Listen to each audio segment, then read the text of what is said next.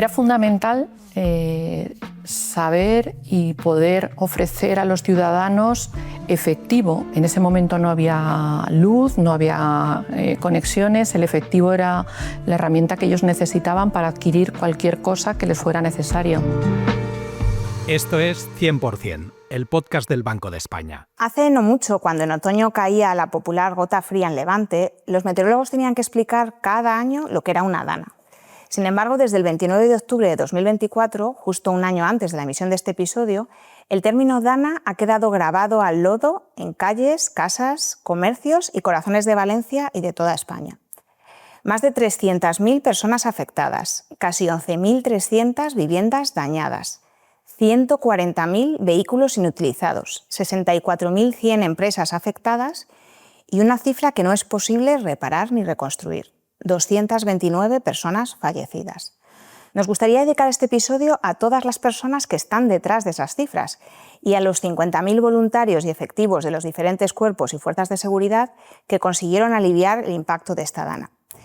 La dana nos puso ante un espejo, el de nuestra propia vulnerabilidad frente al cambio climático, ante la necesidad de invertir en planificación urbana, sistemas de alerta y coordinación institucional, para que cuando ocurra una crisis climática, la reconstrucción sea solo física, nunca más social ni emocional.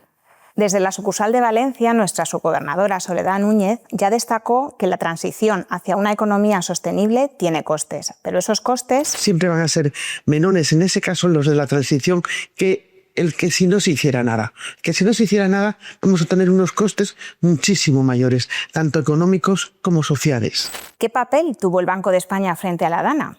¿Qué ocurre con la economía más básica cuando en medio del caos no hay electricidad y el efectivo está sepultado bajo el lodo? ¿Se puede conseguir un préstamo para la reconstrucción de un comercio cuando físicamente es imposible levantar la persiana? ¿Y las familias qué tipo de ayudas pueden necesitar? Para contestar a estas y otras muchas preguntas, tenemos la suerte de contar con tres compañeras de departamentos muy diferentes, pero con una característica en común. Fueron impactados por la dana, pero le devolvieron el impacto. Ellas son Carmen del Álamo, que es la jefa de división de análisis de efectivo. Raquel Vegas es economista del Departamento de Estabilidad Financiera y Política Macroprudencial. E Isabel Alcalde, que es la jefa de unidad de Educación Financiera. Ellas son 100% adaptación en el Banco de España. Bienvenidas. Hola, Ana. Gracias. El 29 de octubre fue el día del impacto, del colapso. Todos recordamos aquellas calles intransitables llenas de barro, de coches apilados. Normalmente cuando hay crisis, ¿no? Sabemos muy bien en el banco que la gente suele acudir al efectivo, pero es que en este caso no había electricidad para poder ir a los cajeros estaban inundados y tampoco podían acceder al efectivo en sus casas. Entonces, Carmen, cuéntanos qué pudimos hacer desde el banco. Pues lo primero, nuestra principal preocupación fueron las personas. Contactamos con nuestra sucursal de Valencia para saber cómo habían sido afectadas esos compañeros de allí y cómo había resistido nuestra sucursal situada en el centro de Valencia. Eso fue nuestro primer paso. A partir de ahí, el siguiente punto importante era saber cómo estaba de afectado la distribución de efectivo a los ciudadanos. Tuvimos que contactar con las compañías de transporte de fondos y con las entidades financieras para saber cómo ellos habían sido afectados por ese agua. Pensemos que las entidades financieras, sus sucursales están en las plantas bajas de los edificios, que muchos de ellos habían sido anegados, con lo cual todo lo que allí estuviera, el efectivo también, pues suponíamos que estaba dañado. Era fundamental saber y poder ofrecer a los ciudadanos efectivo. En ese momento no había luz, no había conexiones, el efectivo era la herramienta que ellos necesitaban para adquirir cualquier cosa que les fuera necesario. Y luego el siguiente paso, o prácticamente a la vez, era habilitar que tanto los ciudadanos pudieran canjear el efectivo que tuvieran dañado en sus viviendas o en sus negocios, abriendo una ventanilla exclusiva en nuestra sucursal de Valencia para que cualquier persona se pudiera dirigir a ese punto y en el momento, si era posible, se le cambiara ese dinero. Y también tuvimos que habilitar un segundo procedimiento dirigido a los profesionales, a esas entidades que, como digo, sus sucursales bancarias pues, habían quedado destruidas, los cajeros con el dinero que tenían dentro. Teníamos que recoger todo ese efectivo dañado, poder valorar de qué cantidad podíamos estar hablando y cambiárselo por efectivo en buen estado para que ellos lo pudieran distribuir y llevarlo a los ciudadanos. Eso fueron las principales tareas. Ahora estamos en una sala de tratamiento de efectivo y os empiezan a llegar millones y millones de euros en sacos llenos de barro y billetes en un estado, pues casi de puzzle. Pues te puedes imaginar, aquí tenemos algún ejemplo de los pocos casos que ya nos quedan por limpiar. Eran bolsas de billetes mezclados con barro, con agua y con lo que hubiera allí donde se encontró. Piensa cajeros que quedaron inundados, que los tuvieron que abrir días después o incluso semanas, porque bueno, pues eran un número importante, se abrían y ahí se encontraba pues todo lo que hubiera llegado al cajero. Aquí hemos llegado a recibir pues desde pedazos de cajero, piensa un rodillo que está dentro de un cajero por el que dispensan el efectivo y venía todo pegado con billetes dentro. Pensar en supermercados que en las cajas guardan parte de la recaudación en unos blisters de plástico y los meten en las toberas, iba a su caja fuerte, pues eso también se inundó. Aquí nos ha llegado el efectivo en condiciones pues, de todo tipo y las monedas igual. Inicialmente dimos prioridad a los billetes por la naturaleza del producto. Están hechos de papel de algodón que le da una resistencia importante, pero aún así el agua lo afecta más que la moneda, con lo cual nuestra prioridad a la hora de tratarlo fue los billetes. Y fue muy importante habilitar un espacio, este espacio que veis, para que las personas que trabajaban en ello lo hicieran en las mejores condiciones y con la máxima seguridad. Inicialmente estábamos estimando una cifra de 13 millones de euros que íbamos a tener que tratar. Son muchos billetes en muy malas condiciones que hay que limpiar, hay que secar y hay que contabilizar. Esto es mucho trabajo y hay que hacerlo con una trazabilidad perfecta y luego las personas que están trabajando en ello, que igual tienen que trabajar con la máxima seguridad. Nosotros tenemos cámaras para que trabajen en condiciones de aislamiento para no contaminarse, tenemos esterilización por ultravioleta, pues hemos tenido que aplicar todo ese tipo de cosas en función de cómo venía el efectivo que teníamos que tratar. Si tenemos pocos casos, pues tú puedes dejar un día o unos cuantos billetes en este área altamente segura, con cámaras y todo, esperando a que seque, pero cuando tienes un volumen tan importante como el que nos enfrentábamos, había que acelerarlo. Entonces ahí tuvimos que comprar incluso secadoras. Pero en el banco no solamente estábamos contando billetes, ¿no, Raquel? Estábamos echando otro tipo de cuentas con respecto a la Dana. Efectivamente, Ana, desde casi el primer momento, cuando se produjo la riada, pues nosotros nos pusimos manos a la obra y pues casi como los equipos de emergencia cuando llegan a una zona de desastre, nos pusimos a identificar daños, de alguna forma cuantificar cuáles podían ser los riesgos persistentes después de la riada y a identificar cuáles eran las zonas más afectadas. Desde el primer momento nos dimos cuenta que algo que parece que va a ser sencillo, como es identificar qué créditos, porque era lo que nos interesaba en primer lugar a nosotros, saber cuál era la exposición del sistema financiero a los municipios afectados por la Dana, saber qué créditos eran los que estaban afectados no era tan directo y tan sencillo, en el sentido de que las cifras podían variar en función de cómo se definiese una zona afectada y cómo se identificasen los créditos vinculados a ella. Al final estimamos un volumen de afectación para el sistema financiero de alrededor de 27.000 millones de euros. La mayoría eran préstamos a familias, como unos 17.000 millones de euros, y 10.000 a empresas. De los préstamos a familias, casi la mayoría, 7 de cada 10 euros, estaban vinculados a préstamos hipotecarios, y en el caso de los préstamos a empresas, pues aproximadamente 6 de cada 10, un 56%, eran préstamos a pequeñas y medianas empresas.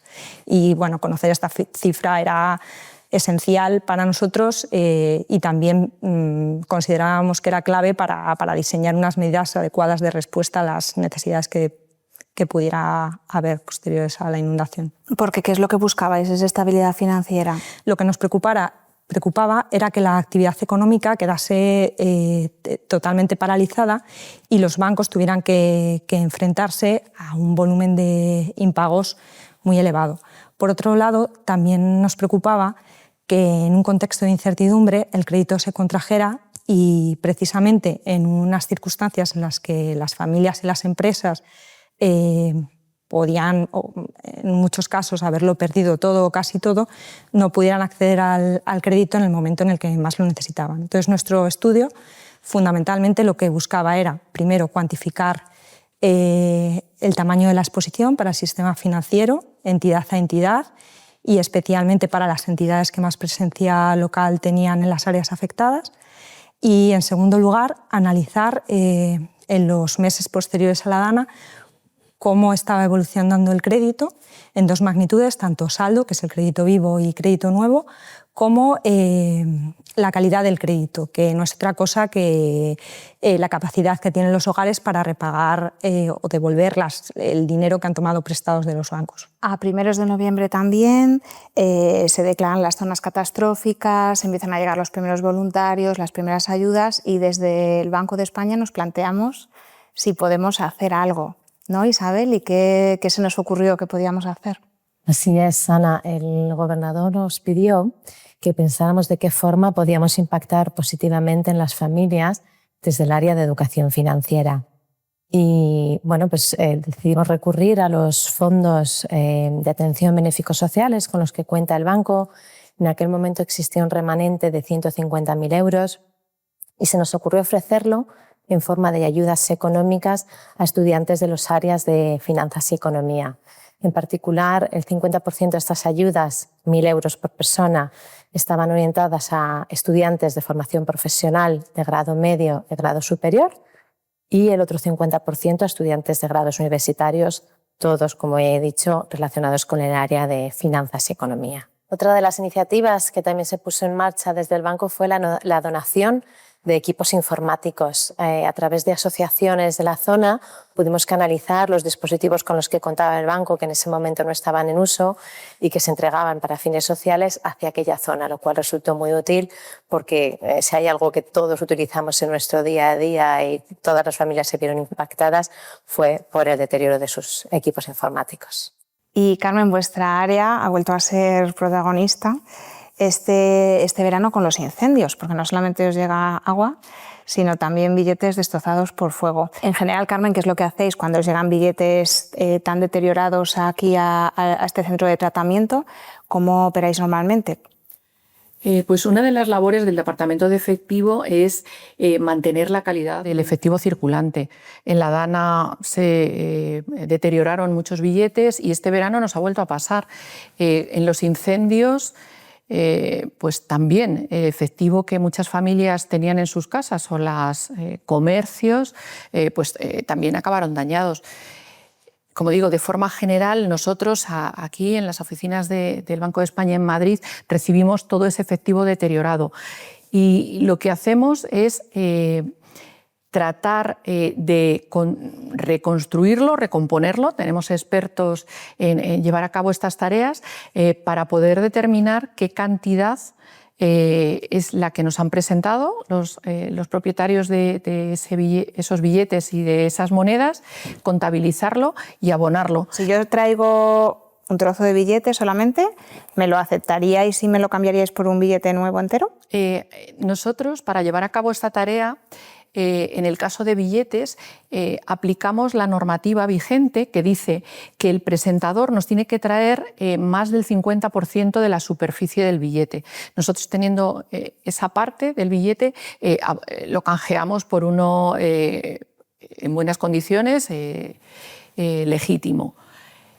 Cuando recibimos menos de ese 50%, como es en el caso, por ejemplo, de la DANA o de los incendios, nos tienen que justificar que la parte que no nos presentan se ha destruido.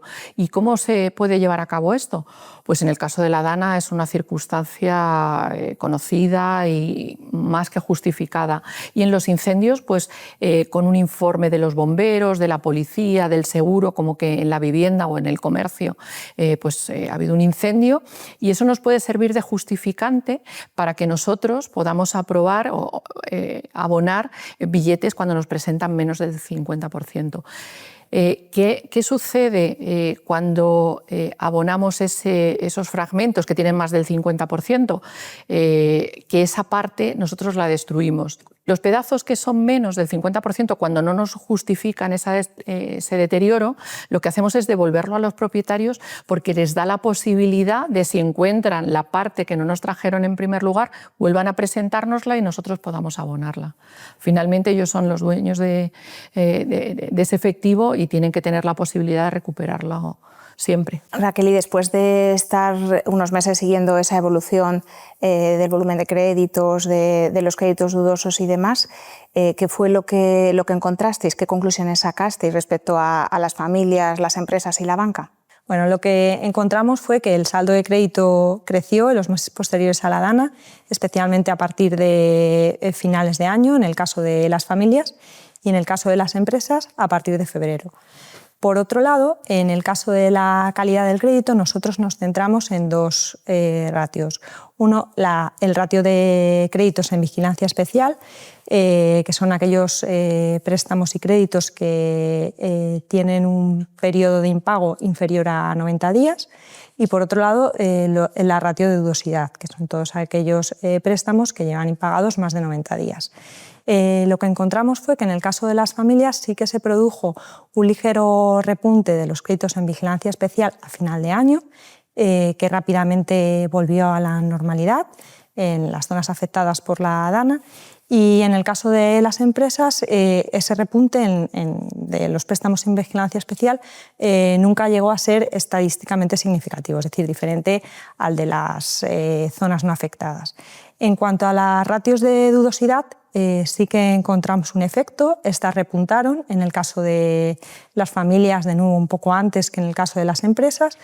Lo que es más importante decir, que no aparece recogido en este estudio porque los datos que incluía estaban hasta febrero, es que en los meses posteriores sí que se ha observado una vuelta a las ratios de dudosidad normal para las empresas y en el caso de las familias, a finales de julio ya la tendencia era precisamente, igual que en el caso de las empresas, a la recuperación de los niveles previos a la Dana. Raquel, ¿y supuso algún cambio en la forma de trabajar que tiene el banco la Dana? No tanto en la forma de trabajar, pero sí quizá en el tiempo de respuesta a la hora de cuantificar un riesgo, porque realmente lo que hicimos fue cuantificar en directo, en tiempo real, el impacto de un evento climático que normalmente nosotros analizamos a través de simulaciones y cuál podía ser la posible afectación que éste podía causar para el sistema financiero. Sin embargo, Isabel, en el caso de las ayudas, nosotros no teníamos implementado en el banco ningún proceso para ello. ¿Qué supuso implementar un procedimiento nuevo? Así es, fue todo un reto, porque era un proyecto de las ayudas económicas que no se había planteado previamente. Y fue un reto por dos motivos. Uno, porque teníamos muy claro que tenía que ser un proceso ágil por nuestra parte, tanto en la puesta en marcha como en la gestión de esas solicitudes, en la resolución definitiva. Ten en cuenta que lo que para nosotros una semana de trabajo puede ser algo normal, para las personas que están viviendo esta situación diaria es muchísimo tiempo. Entonces, para nosotros era fundamental ser muy ágiles y además ponérselo fácil. No tenían documentación, no tenían ordenadores, no tenían certificados digitales. Para ellos era muy complicado hacer la solicitud de una simple solicitud de una ayuda. Lo tenían muy difícil planteárselo. Entonces, esas eran las dos variables con las que planteamos este proyecto, y la verdad es que el esfuerzo y el compromiso por parte de nuestro equipo, el equipo de educación financiera, pues no solo nosotros en este proyecto, estuvo involucrado el departamento jurídico, estuvo involucrado vicesecretaría, estuvieron involucrados desde sistemas de información para implementar el sistema, La respuesta fue magnífica. Conseguimos implantar un sistema muy ágil y abrimos un periodo de 2 meses, una banda de 2 meses para poder presentar esas solicitudes, puesto que entendíamos que ellos podían tener dificultades en el simple hecho de salir de su localidad y poder gestionarlo. Gracias a la implantación del sistema, que era la plataforma de intermediación de datos, nos permitió verificar la información de esas solicitudes en tiempo real, ¿vale? Lo que permitiera que no tuvieran que presentar documentación que justificara su empadronamiento en la zona, sus estudios, si formaban parte de una familia con ayudas de tipo de ingreso mínimo vital. Entonces, después de esta apertura del plazo de 2 meses de solicitudes, en 6 semanas conseguimos revisar un total de casi 1.500 solicitudes, dar un plazo de subsanación y posteriormente, en 2 semanas, todos esos estudiantes que fueron beneficiarios de las ayudas tenían abonadas estas ayudas en sus cuentas. Me quedo con una idea de cada una de vosotras.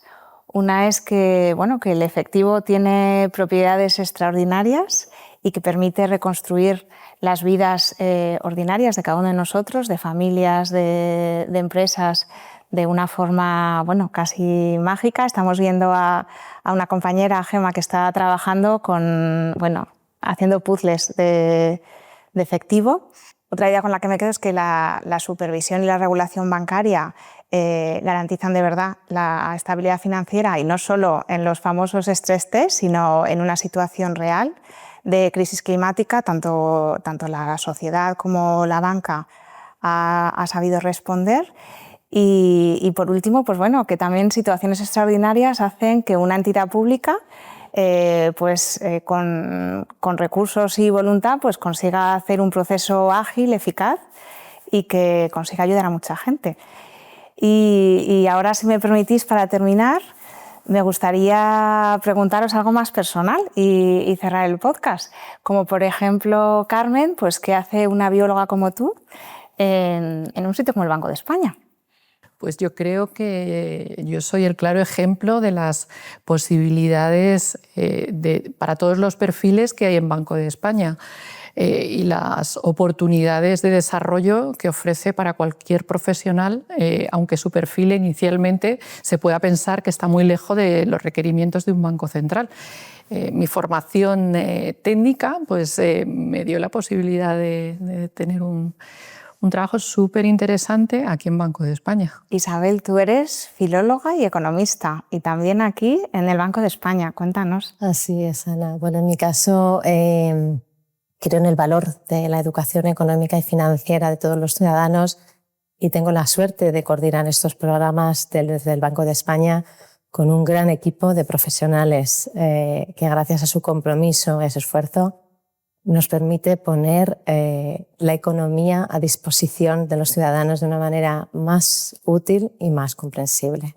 Raquel, tú eres economista. Yo creo que es más fácil imaginar qué hace una economista como tú en el Banco de España, pero cuéntanos, ¿qué te ha traído hasta aquí? ¿Qué te mueve? Bueno, pues la verdad es que mi relación con el banco empezó hace muchos años. Allá en el 2006, creo que fue la primera vez que pisé el Banco de España, para trabajar como ayudante de investigación mientras yo estaba haciendo mi tesis doctoral. Y bueno, pues la verdad que quedé impresionada por la calidad técnica y por la calidez humana de todas las personas con las que trabajé. Y cuando se acabó el contrato, pues yo continué con mi vida profesional, mi carrera investigadora, pero siempre con la mente puesta en intentar volver algún día, porque el banco, la verdad, que tiene, yo diría que todo lo que puede buscar un investigador. Tiene datos, tiene recursos, te aporta unos compañeros que son, desde el punto de vista profesional, investigadores de primer nivel, y también la posibilidad de poder colaborar con otros investigadores en centros también de muy alto nivel. Y bueno, pues 10 años después volví al banco y aquí sigo, muy contenta y muy ilusionada como el primer día, y con ganas de seguir aportando a la sociedad. Pues muchísimas gracias a las tres por participar en un episodio que yo creo que es tan especial. y nada, espero que sigáis generando este impacto tan positivo que generáis. Muchas gracias, Ana. Soy Ana Comellas y todo lo que escuchas en este podcast es 100% Banco de España. Ya sabes que puedes escuchar todos los episodios en YouTube Podcast, en Spotify o en tu plataforma de audio favorita. En nuestra web, en www.bde.es/podcast, tienes también todos los episodios con un montón de información adicional en cada uno de ellos. En nuestra web también vas a encontrar todos los servicios que ofrecemos a la ciudadanía, nuestras publicaciones y un montón de información. Muchas gracias por escucharnos.